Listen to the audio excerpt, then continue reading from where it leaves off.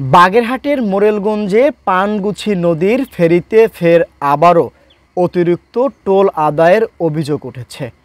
বৈষম্য বিরোধী ছাত্র জনতার জেরার মুখে অনিয়মের কথা স্বীকার করেছে অভিযুক্ত ফেরি কর্তৃপক্ষ।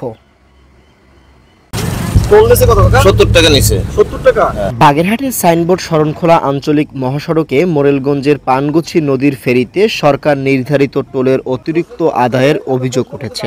অতিরিক্ত টোল আদায় বন্ধ ও সরকার নির্ধারিত টোল আদায়ের দাবিতে বাগেরহাট সড়ক ও জনপথ বিভাগের নির্বাহী প্রকৌশলী বরাবর একাধিকবার আবেদন করেও ভুক্তভোগীরা প্রতিকার পাচ্ছে না বলে অভিযোগ উঠেছে। সড়ক বিভাগের বেঁধে দেওয়া নির্ধারিত ভাড়ার তালিকা মানছেন না ঠিকাদার প্রতিষ্ঠান। ফেরি পারাপারের প্রতি যানবাহনের বেশি টোল আদায় করা হচ্ছে বলে অভিযোগ দেন ভুক্তভোগীরা। বিকল্প পথ না থাকায় চলাচলকারী যানবাহনের চালকরা অনেকটাই জিম্মি ফেরি ইজারাদারের কাছে।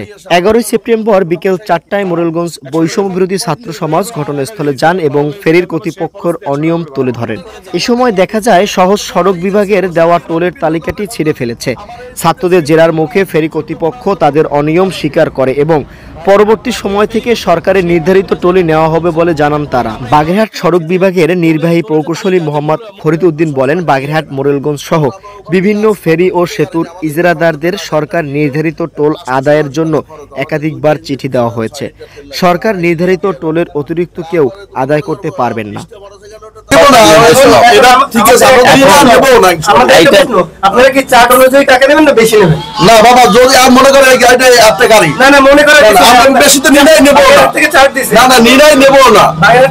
আমরা ইতিমধ্যে জেনেছি যে বাগেরহাট শহর থেকে একটা টোল তালিকা দেওয়া হয়েছে, কিন্তু এই ফেরি কর্তৃপক্ষ সেই তালিকা অনুযায়ী এখানে টাকা তুলতেছে না।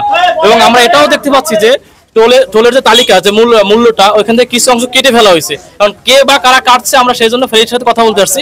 আর আমরা ইতিমধ্যে এসে এখানে দেখতে পাচ্ছি তারা তাদের তালিকা থেকে বেশি টাকা নিচ্ছে।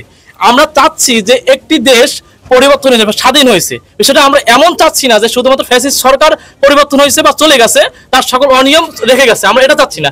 আমরা চাচ্ছি এমন একটি দেশ যেখানে ফ্যাসিস্ট সরকার পালিয়ে গেছে এবং তার সাথে সকল অপকর্ম দুর্নীতি সহ পালিয়ে যাবে।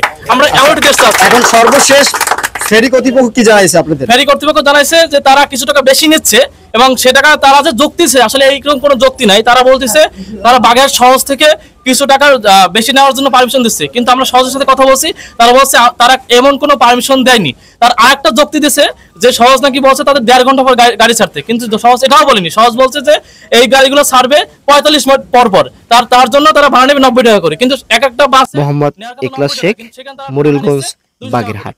এই যে অতিরিক্ত টাকাগুলো নিচ্ছে এইগুলোর বিরুদ্ধে কথা বলতে আমরা এখানে আসছি মূলত।